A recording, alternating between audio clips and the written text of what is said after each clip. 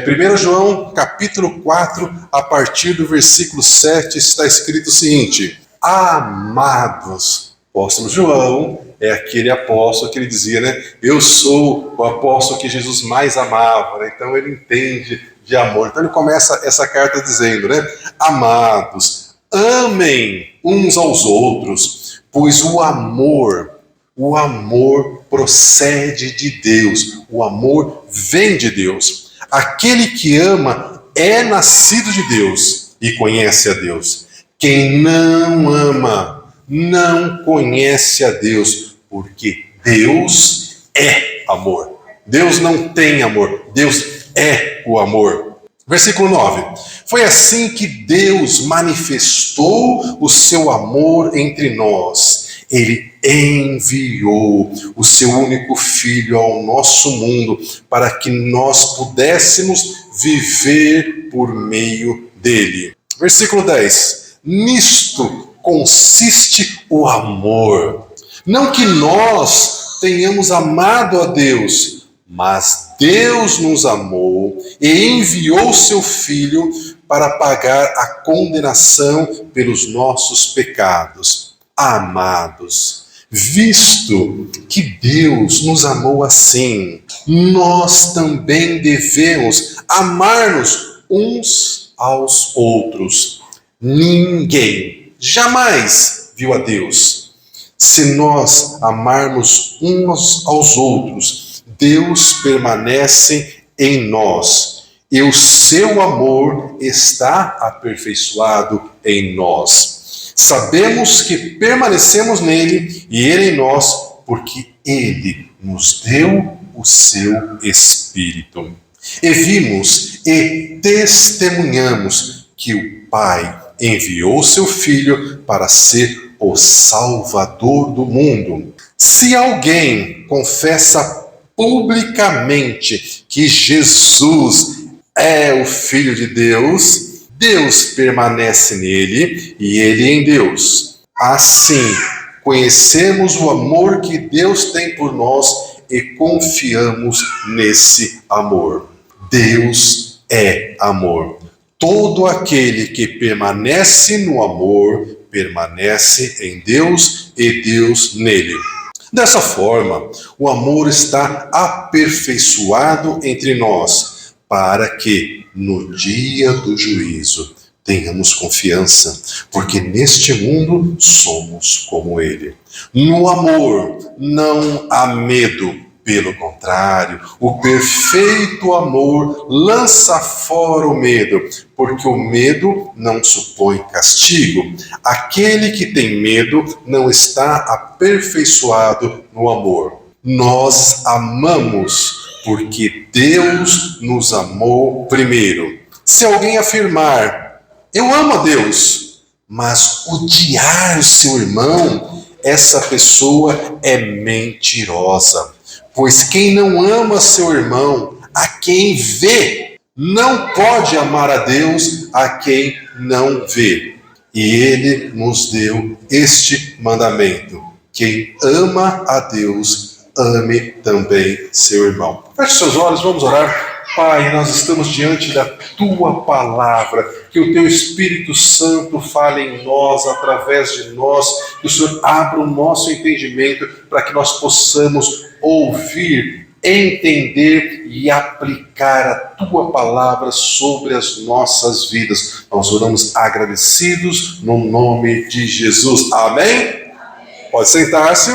Meus irmãos, eu terminei a leitura dizendo o seguinte: que quem ama a Deus, ama também o seu irmão. Ah, como seria diferente o nosso mundo se as pessoas obedecessem esse mandamento do Senhor Jesus. Já imaginou como seria todo mundo amando todo mundo? Não ia ter guerra, não ia ter violência, não ia ter briga no trânsito, não ia ter assassinato, não iria ter guerras.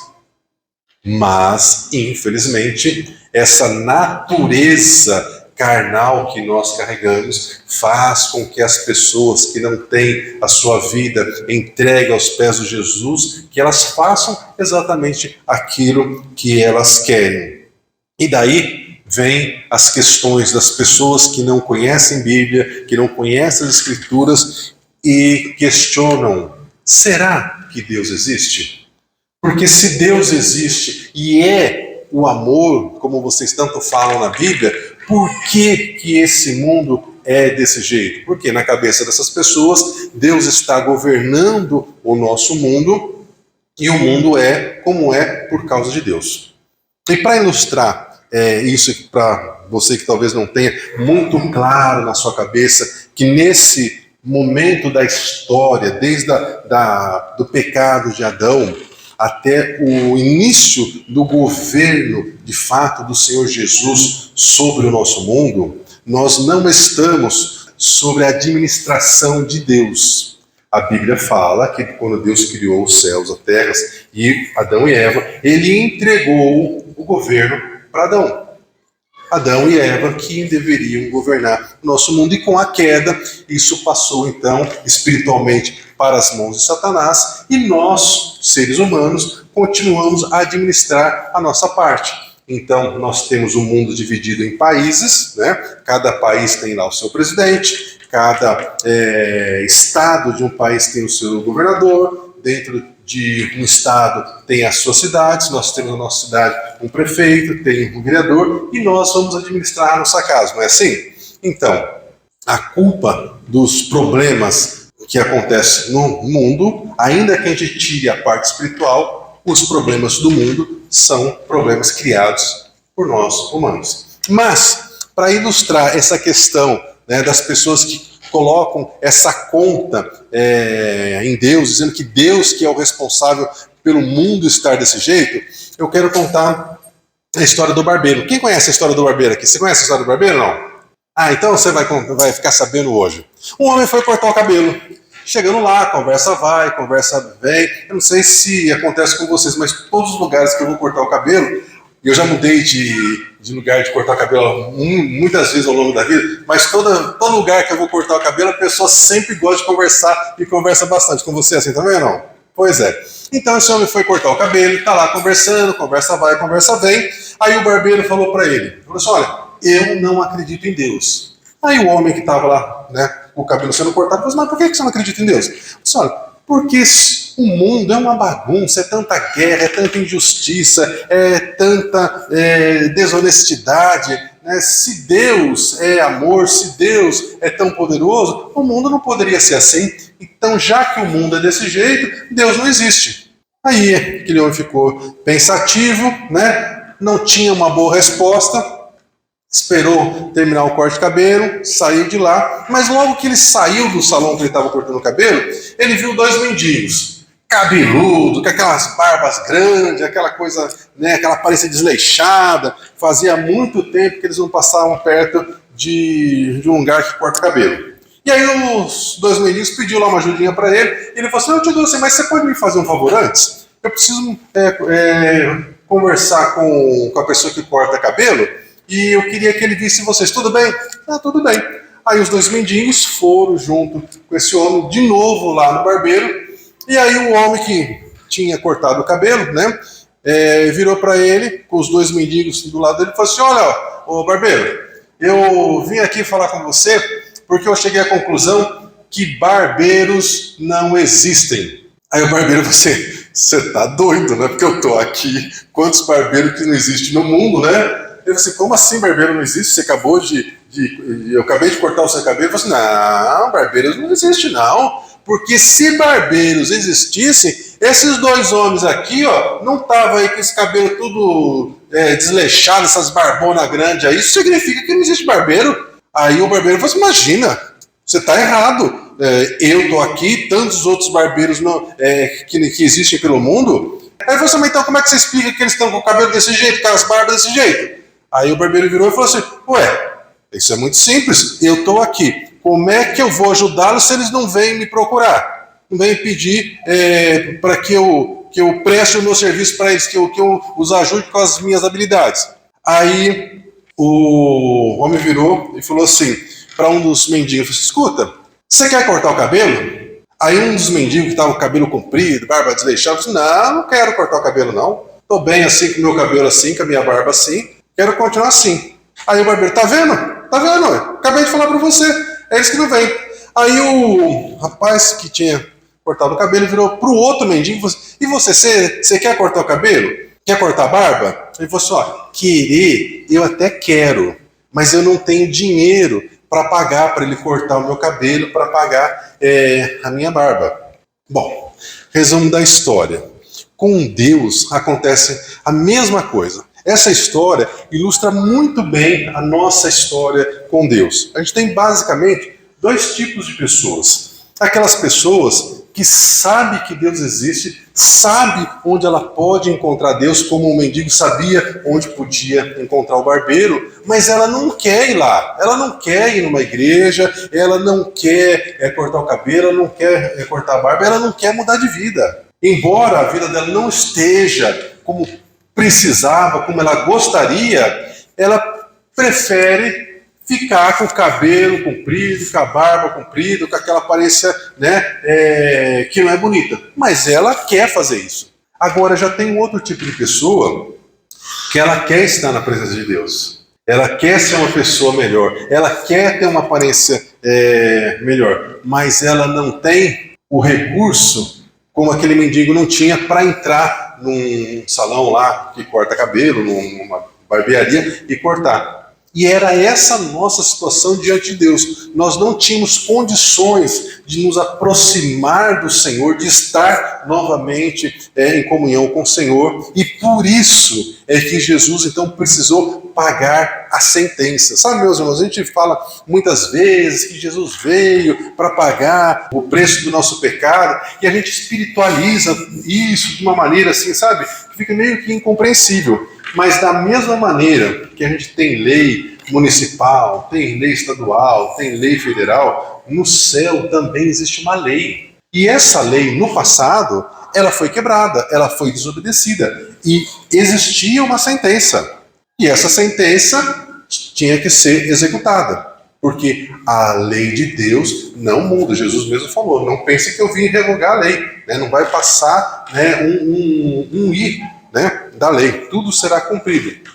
Então Jesus veio pagar a nossa condenação, pagar a nossa sentença. E por conta daquilo que Jesus fez, daquilo que Jesus pagou pela nossa sentença, então nós podemos então ter livre acesso a Deus. Da mesma forma que aquele mendigo poderia agora cortar o cabelo, cortar a sua barba, ter uma boa aparência, porque uma outra pessoa estava disposta a pagar a despesa por ele. E a Bíblia, meu irmão e minha irmã, fala, revela algumas coisas para nós que são surpreendentes, porque nós sabemos que Deus conhece todas as coisas. Deus conhece o passado, Deus conhece o presente e Deus também conhece o futuro.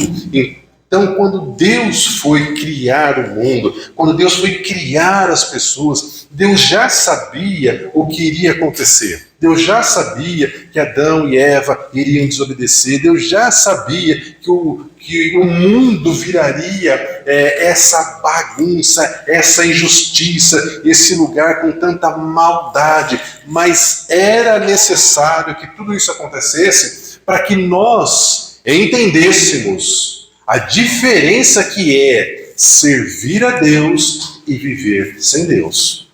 As pessoas que não servem a Deus, elas estão entregues à própria sorte e elas têm no máximo a lei humana para tentar se defender. E por vezes a lei não é perfeita porque a lei depende de provas para que ela possa julgar. Se você não tiver a prova, por mais que você seja vítima, se você não tiver a prova, a lei não consegue te ajudar porque a lei não vê, né, a prova que diz que você é inocente. Mas com Deus não é assim. Então era necessário que tudo isso acontecesse porque nós temos consciência, nós sabemos, porque dói na nossa pele o que é viver num mundo em que a vontade de Deus não é obedecida. E a oração do Pai Nosso diz isso, né? Que seja feita a vontade do Senhor na terra como é feita no céu. No céu, a vontade do Senhor é feita, por isso que é chamado de céu, de paraíso, porque não tem violência, porque não tem morte, porque não tem injustiça, porque não tem maldade. É um lugar fantástico.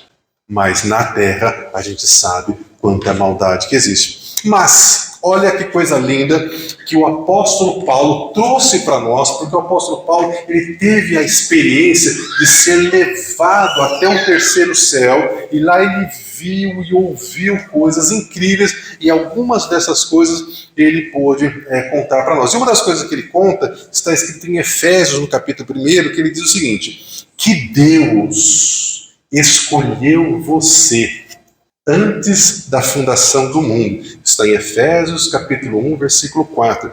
Deus escolheu você antes de criar o mundo, para que você fosse santo, ou seja, santo significa ser uma pessoa separada, irrepreensível, e que você vivesse dele em amor. E te predestinou para que você fosse filho, filha de Deus por adoção. Então, quando a gente ouve as pessoas do mundo dizer, olha, porque todo mundo é filho de Deus, não é que é todo mundo filho de Deus, não. Todo mundo é criado por Deus, criatura de Deus. Agora, filho é um outro nível, só se torna filho de Deus por adoção, e aí então você tem que fazer a decisão de entregar a sua vida para o Senhor Jesus. Então, entender que Deus te escolheu e Deus te predestinou para você ser filho, precisa dar para você uma convicção que a sua vida tem um propósito, que a sua vida tem um significado, que você não está aqui por acaso. Entender que Deus te escolheu, entender que Deus te deu um propósito, que Deus te predestinou, que você precisa fazer disso algo que te dê motivo para você levantar todo dia pela manhã e dizer, eu não estou vivendo apenas mais um dia, eu estou vivendo aquilo que Deus tem para mim, e hoje eu vou viver um pouquinho mais daquilo que o Senhor permitiu que vivesse, seja bom, seja ruim, porque Jesus disse, olha, nesse mundo vocês vão ter aflições, mas tenham bom ânimo, porque eu estou com vocês. Então, entender que você foi escolhido, escolhida por Deus, que você foi predestinada pelo Senhor, precisa te dar a convicção de que você deve viver a vontade de Deus e não a sua própria vontade. E como é que você descobre isso? Em oração, prestando atenção nas suas reações. Toda vez que você for reagir, principalmente a uma injustiça, alguma coisa que te fizerem, você tem que lembrar, eu tenho que reagir de acordo com a vontade de Deus e não de acordo com a minha vontade. É entender que Deus te escolheu, que você foi predestinado para ser filho, precisa te dar a convicção de que Deus vai ser durante toda a sua vida o seu provedor. Deus não vai deixar nada do que você precisa faltar. Agora aqui cabe uma observação. Deus vai te dar o que você precisa. Entre aquilo que você precisa e aquilo que você deseja, existe uma diferença. Eu posso dizer para o Senhor, Senhor, eu estou precisando de um sapato. É uma necessidade. Deus vai me dar um sapato. Mas aí talvez eu diga assim, Senhor, mas eu queria um sapato da marca X, o Y. Não. Você entende? Aí é diferente. Deus vai te dar o básico. O que você quer além do básico, aí é você que vai lutar, você que vai se empenhar para você ter. Porque aí então já é uma vontade sua a mais. Filipenses capítulo 4, versículo 19, o apóstolo Paulo disse, Deus vai suprir todas as nossas necessidades. Então, se você tem um carro e você está reclamando que o seu carro é velho, Deus não tem obrigação de te dar um carro melhor. Essa obrigação é sua de trabalhar, administrar para ter um carro melhor. Deus vai te dar o básico. Você já tem um carro, seja agradecido pelo pouco e Deus vai te dar o muito. Você conhece a história do rapaz que tinha a bicicletinha? Provavelmente não, né? Um rapaz tinha uma bicicletinha e em vez de ele estar contente pela bicicletinha que ele tinha, ele estava de olho na moto que um amigo dele tinha. Ele falou assim, bom, mesmo é ter uma moto, né? Bicicletinha não está com nada, porque bicicletinha a gente tem que ficar fazendo força. Agora a moto, você sobe na moto e ela vai embora. Mas o rapaz que tinha moto, Ele não estava contente com a moto que ele tinha. Ele estava contente, era com outro amigo que tinha um carrinho velho. Bom mesmo é ter um carrinho, né? Mesmo que seja velho, porque um carrinho, mesmo que seja velho, no dia que está muito sol, está chovendo, você não fica exposto ao sol na cabeça, nem toma chuva. Mas o cara que tinha o carrinho velho não estava contente com aquele carrinho velho, porque ele pensava, bom mesmo é eu ter um carrinho já melhor, né? Porque um carrinho melhor, aí sim, você não tem problema de manutenção, mecânica, essa coisa toda. Mas o cara que tinha o carrinho já um pouquinho melhor não estava contente com aquele carro, não. Ele estava de olho num carro de um amigo dele que era 0 km. Não, carro bom é quem tem um carro 0 km. Mas o cara que tinha um carro 0 km não estava contente com aquele carro, não. Não, bom mesmo é ter um helicóptero. Porque carro você vai viajar, é estrada, essa coisa. Não, helicóptero você senta no helicóptero, sai por cima e tudo mais. Mas o cara que tinha um helicóptero não estava contente. Não, bom mesmo é ter um avião. Você entende, meus irmãos, que a gente nunca está contente? E aí você pega a pessoa que é amputada, tudo que ela queria era ter as 2 pernas para andar, nem que fosse a pé, não precisava nem da bicicleta. Então a gente tem que ser agradecido por aquilo que a gente tem. E quando a gente começa a agradecer por aquilo que a gente tem, aí Deus vai acrescentando outras coisas. E a gente tem uma tendência de achar que a nossa vida só vai ser fantástica quando a gente tiver muito dinheiro, quando a gente tiver uma casa muito boa, muito isso, muito aquilo. Olha, você está vivendo hoje o melhor momento da sua vida. Porque aquilo que passou ontem, você já passou. Você já não tem mais o dia de ontem. Você tem o dia de hoje e se Deus te der graça, você vai ter o dia de amanhã. Porque o dia de amanhã, como diz o povo, a Deus pertence. A gente não sabe se a gente vai estar vivo amanhã. Então, para que eu vou esperar para ser feliz daqui 1 ano, daqui 5 anos, 10 anos, quando eu tiver isso, tiver aquilo, se eu nem sei se eu vou estar feliz? Claro que eu vou trabalhar, eu vou lutar, vou fazer planos para conseguir isso, aquilo e tudo mais, para dar uma condição melhor para mim, para minha família. Mas eu vou ser feliz ainda hoje. Se você é casado, ainda que a sua cara metade não esteja nesse momento a pessoa mais doce do mundo, seja feliz mesmo com essa cara metade que não está tão doce quanto você gostaria. Porque amanhã você não sabe, de repente ela pode morrer. Ruim com ela, pior sem ela. Então, vai orando, vai pedindo para o Senhor fazer a obra na vida dela e vai melhorar. Se os seus filhos hoje não estão tão obedientes quanto você gostaria, vai fazendo a sua parte, vai colocando em prática aquilo que você sabe sobre como educar filho, porque nós já falamos aqui várias vezes que você não pode educar todos os filhos da mesma forma, porque cada pessoa é de um jeito, né? Nós falamos das linguagens do amor. Um dia que Deus preparar, nós vamos falar sobre temperamentos também. Cada pessoa tem um tipo de temperamento. Você precisa aplicar isso na vida da sua família, com seus filhos, com seu cônjuge, com o pai, com a mãe, com gente que você trabalha, enfim, com todo mundo. Então, meus irmãos, Deus escolheu você, Deus predestinou você. E isso precisa te dar convicção, confiança em todos os momentos em que você tem que lidar com os seus problemas emocionais, com os problemas emocionais da sua família, com os seus problemas amorosos, com os seus problemas financeiros, com os seus problemas profissionais. E nunca, jamais perder a perseverança e continuar fazendo aquilo que a Bíblia diz que você tem que fazer.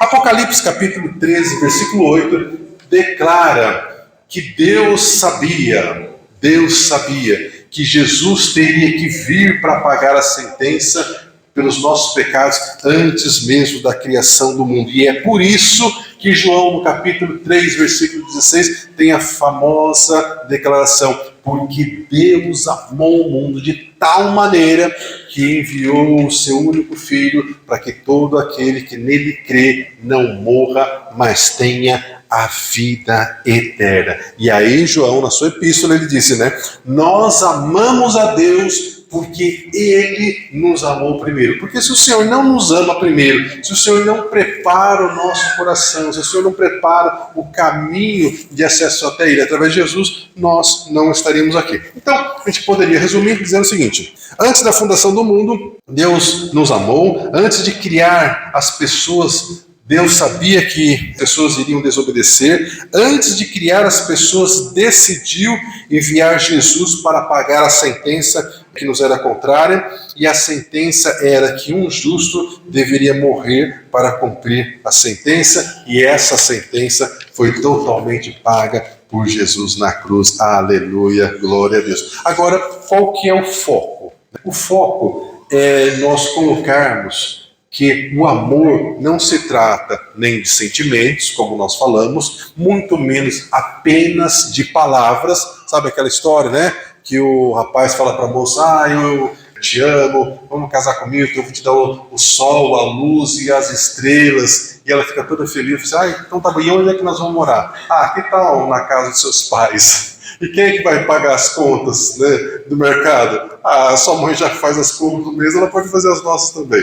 Não, o amor precisa de atitude real. E Jesus não nos amou de longe. Jesus nos amou de perto. Jesus morreu e tornou a viver para que nós pudéssemos ter vida. Então, o maior exemplo da manifestação de um amor é através da vida de Jesus. Então, meu irmão e minha irmã, nós precisamos ter bem claro no nosso coração que nós temos um propósito. A nossa vida não é por acaso. E sabendo disso, todos os dias, quando você levanta pela manhã, você tem que levantar com uma convicção que você vai fazer daquele dia um dia especial, por mais que as circunstâncias sejam todas contrárias a você. Por vezes, nós temos uma dificuldade para entender a questão do amor de Deus. Porque para a gente entender o amor, e aqui a gente está lendo sobre o apóstolo João que conseguiu sentir esse amor de Deus. Para a gente entender amor, a gente tem que ter recebido amor. E boa parte de nós não recebeu amor. Não recebeu amor de mãe, por incrível que pareça. Não recebeu amor de avó. E de pai, então, misericórdia. Porque aí você tem que dividir em duas categorias. Aqueles que os pais foram embora, e é uma grande parte, inclusive tem pesquisas que mostram que a maior parte dos jovens que estão na prisão, que cometeram algum tipo de crime, são jovens, a maior parte, mais de 60%, que não tem pai dentro de casa. E os outros, às vezes o pai é ausente, aquela coisa toda. Então, você tem que dividir, das pessoas que não receberam amor, aquelas que não tiveram pai, porque o pai foi embora, e depois você tem uma outra parte que o pai estava em casa, mas o pai não era pai, não respeitava a mãe, às vezes bebia muito, batia na mãe, tinha amantes, aquela confusão toda, e aí a pessoa cresceu sem receber amor de ninguém. E aí é um problema, porque o mundo aí fora tá doido para adotar, principalmente os adolescentes, os jovens, para fazer com que eles depois façam as coisas erradas. Tem um caso na Bíblia que é muito, muito forte, de uma pessoa que passou por essa questão da falta de amor, que é Noemi, descrito no livro de Ruth. Noemi era uma mulher que tinha uma certa condição financeira, ela tinha uma família teoricamente redondinha, vamos dizer assim, era casada, tinha marido, tinha 2 filhos, e aí começou a ter uma crise financeira, e eles decidiram mudar de lugar, e foram mudar para um outro país. E lá nesse outro país, o marido dela morreu, os 2 filhos casaram, os 2 filhos também morreram, e ela, que tinha uma boa condição financeira, tinha um marido, tinha 2 filhos, de repente se vê viúva, sem os filhos e sem o dinheiro também.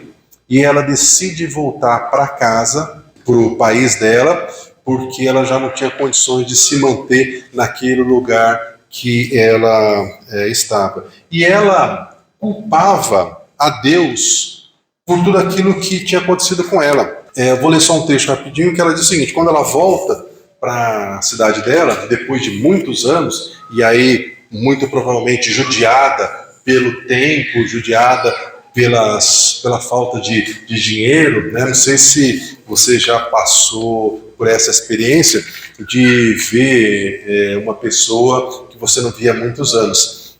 Alguns anos atrás eu estava no shopping em São Paulo e fazia muito tempo que eu não via um amigo. E eu vi esse amigo de longe no shopping. E aí eu vi o amigo de longe, eu o reconheci, mas eu fiquei assim, pensando comigo mesmo: meu Deus do céu, como tá acabado, como que o tempo foi cruel com ele, meu Deus, tá muito acabado. Mas ele não tinha me visto ainda. E aí a hora que ele olhou para minha direção e ele me viu e ele me reconheceu, eu tenho certeza que ele pensou a mesma coisa de mim, porque ele fez uma cara de admirado e falou: Jesus, misericórdia, né? E esses dias você sabe que está tendo circo aqui em Maringá do Marcos Frota, né? E eu tinha visto os outdoor pela cidade, né, com a foto dele de quando ele era jovem, que era galã da Globo, aquela coisa toda, tudo mais. Beleza, vi ele lá nas fotos, tudo mais. Tá, que legal, o Marcos Frota, no circo dele, bem conhecido, tudo mais.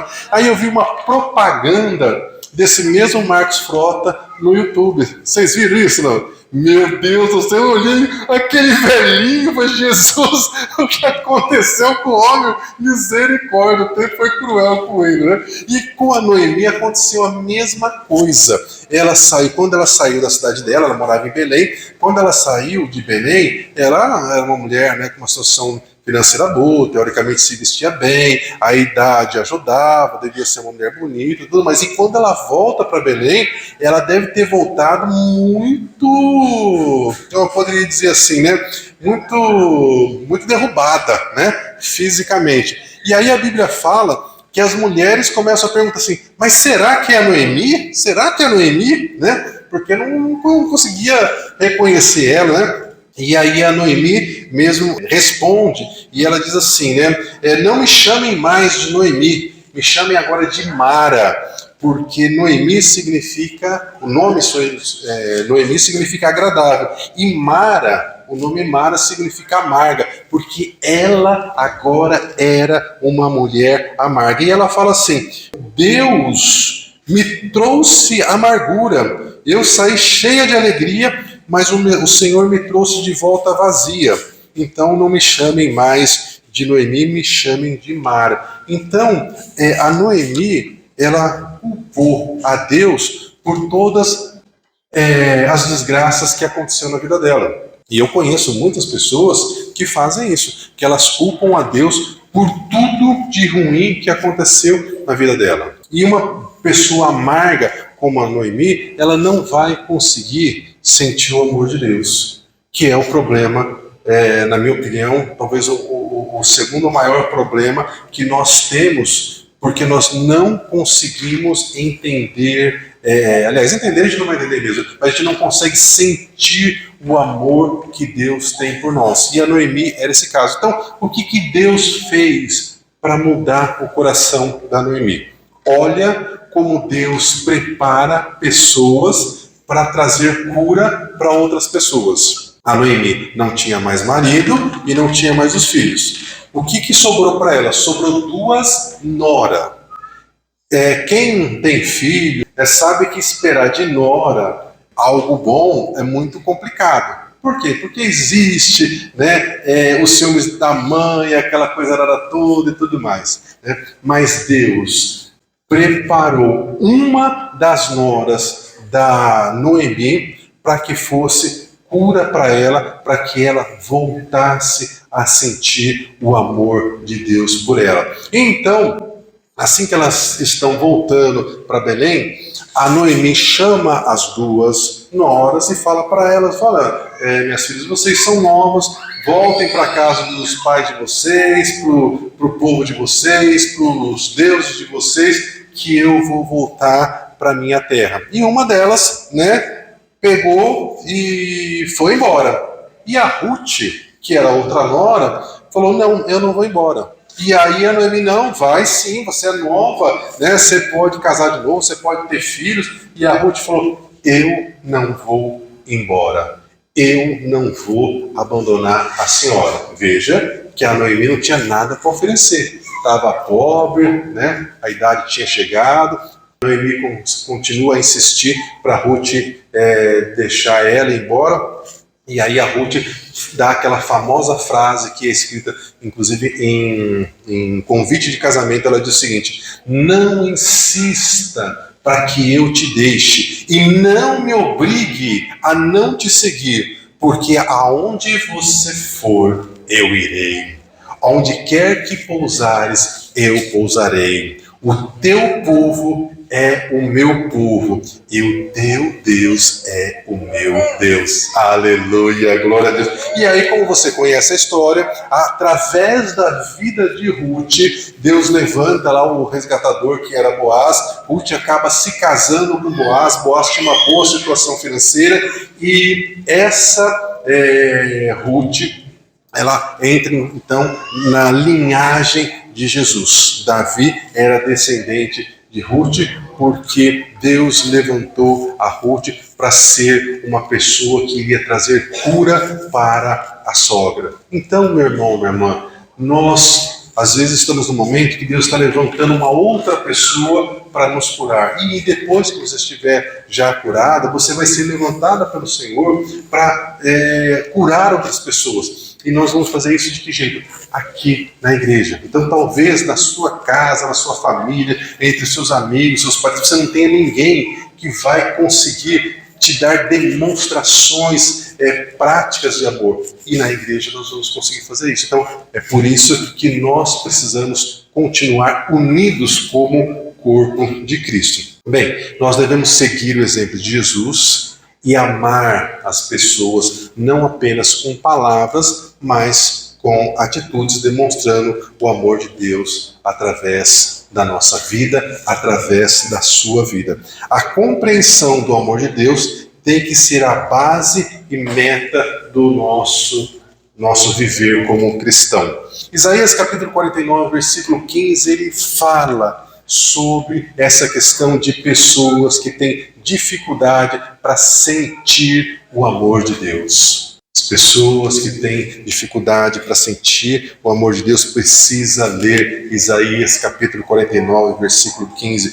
que ele diz o seguinte: pode uma mulher se esquecer do seu filho que ainda mama, que não se compadeça do filho do seu ventre? Mas ainda que esta mulher, ainda que essa mãe venha se esquecer do seu filho, eu não me esquecerei de você. Minha irmã, Deus jamais vai esquecer de você. Nunca, em nenhuma hipótese, em nenhuma situação, Deus jamais vai esquecer de você. E aí no versículo 16 ele diz assim: eis que nas palmas das minhas mãos eu te gravei. Na palma das mãos de Deus está escrito o seu nome. E ele diz: os teus muros estão continuamente diante de mim. Os muros falam das nossas limitações, as suas limitações. Deus sabe quais são as suas limitações, quais são as dificuldades, e Deus te entende. Então, eu e você precisamos saber que nós somos amados pelo Senhor. E isso tem que fazer diferença, principalmente no momento de crise. É muito comum, em alguns momentos, Satanás falar no seu ouvido, perguntando quem você é, o que você está fazendo aqui, o que é a sua vida, que a sua vida não vale nada, que a sua vida não faz diferença para ninguém. E isso é uma grande mentira. E a maior prova que ele está mentindo é que se você de fato não tivesse valor, se você não fosse importante, se você não fosse fazer falta, ele não teria o trabalho de tentar convencer você disso, porque ele não vai trabalhar de graça, não é verdade? Então, se ele está querendo te provar que você não é nada, pode ter certeza que é exatamente o contrário. Deus amou você antes de criar o planeta Terra.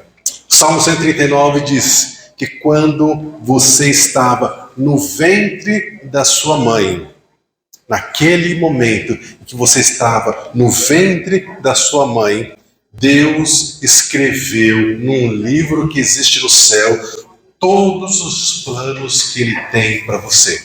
Se você quer acessar esse livro, se você quer saber quais são esses planos, você tem que ter um relacionamento com o Senhor. Você tem que melhorar a sua oração com Deus, o tempo que você gasta com o Senhor.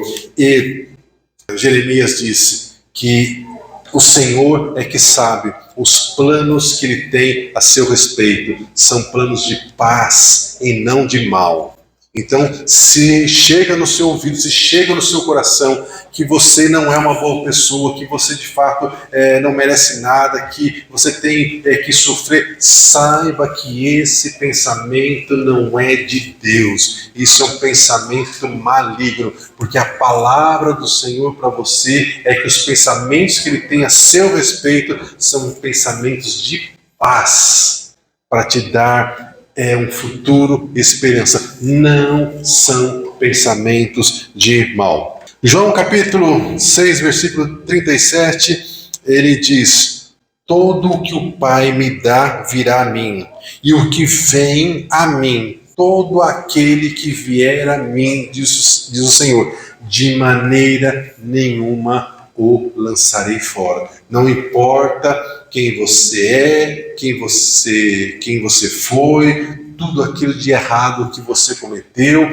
ou pessoas da sua família cometeram, ou talvez ainda estejam cometendo. Porque quando a graça do Senhor os alcançar, Deus vai transformar, e a palavra declara que onde abundou o pecado, e talvez alguém por quem você está orando nesse momento, ou orando já há muito tempo, esteja mergulhado no pecado, mas a palavra declara: aonde abundou o pecado, superabundou a graça. Amém? Aleluia! Glória a Deus! Durante essa semana, você vai ter lutas, você vai ter dificuldades, o inimigo vai falar no seu ouvido, o desânimo vai bater a sua porta, e eu quero deixar uma palavra para que você lembre-se ao longo dessa semana, que também está em Isaías, que diz: eu, o Senhor,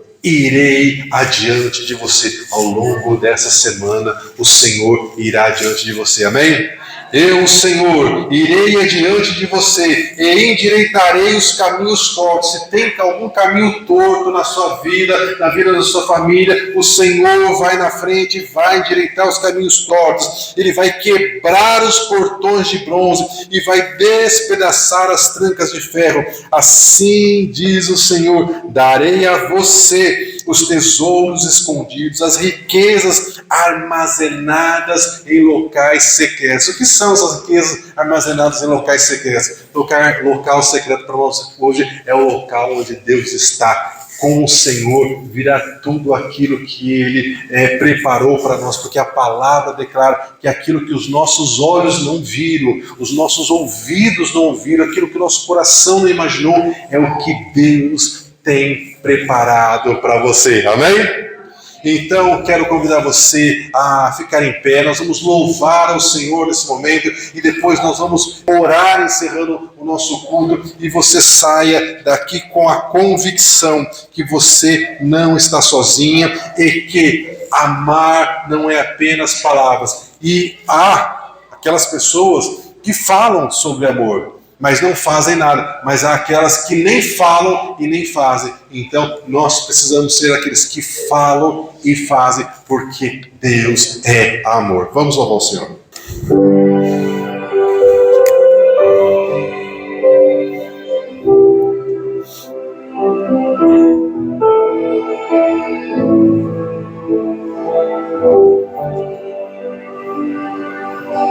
Se estás aqui, Senhor, podes perceber quem sou, podes apreciar em mim um verdadeiro adorador. minha oferta, ofereço a ti, Deus meu, pra reconhecer que nada tenho, tudo é teu. Quero te adorar, ainda que a figueira não floresça. Quero me alegrar, mesmo se o dinheiro me faltar. A vitória vem, mesmo que pareça que é o fim. Pois tu és fiel, Senhor, fiel a mim. Tu és fiel, Senhor, eu sei que tu és fiel. Tu és fiel, Senhor, eu sei que tu és fiel. E ainda que eu não mereça, permaneces assim. Fiel, Senhor, meu Deus, fiel a mim.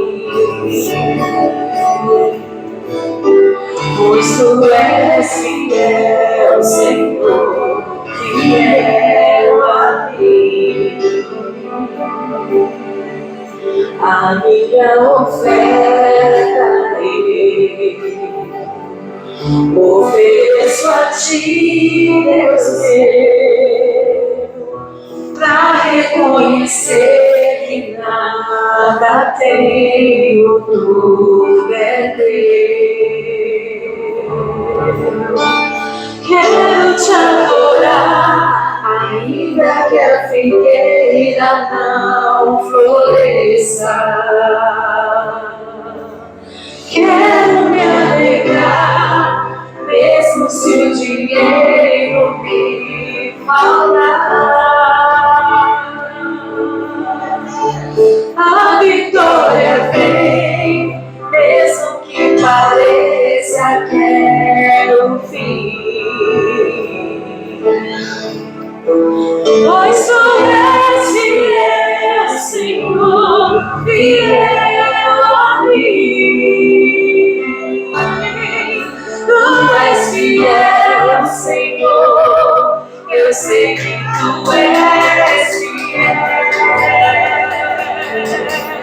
Tu és fiel, Senhor, eu sei que tu és fiel. E ainda que eu não mereça, permaneces assim. Fiel, Senhor, meu Deus, fiel a mim. Pois tu és fiel, Senhor, fiel a mim.